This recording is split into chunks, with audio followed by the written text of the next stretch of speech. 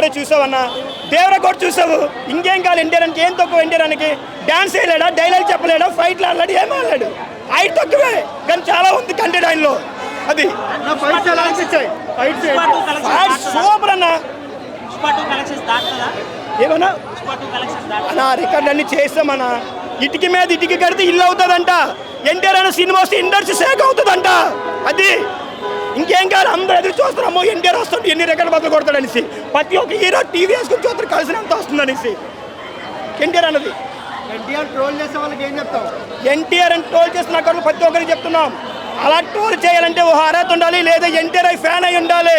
వాళ్ళు తప్ప ఇంకొకరు ఎవరు ట్రోల్ చేసిన బట్టలు తీసుకొడతాం.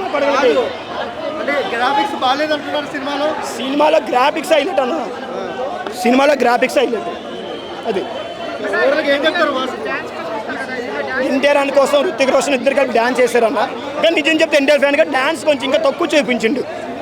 కొరియర్ ఫైట్ సీన్స్ బాగున్నాయమ్మా, సాంగ్స్ ఒకటి బాగుంది. సినిమా ఓవరాల్గా ఇద్దరిని ఈక్వల్గా చూపించిండ్రు, మంచిగా ఉంది. లాస్ట్లో కూడా బాగా కలిపిండు ఇద్దరు హీరోలు. కంటిన్యూ ఉంటుంది అన్న. ఒక హాఫ్ అన్ అవర్ తర్వాత ఫస్ట్ రుతిక్ రోషన్ ఎంటర్ అవుతారు, ఒక అరగంట తర్వాత ఎన్టీఆర్ అని వస్తాడు. ఎన్టీఆర్ అని ఎంటర్ సూపర్గా ఉంటుంది.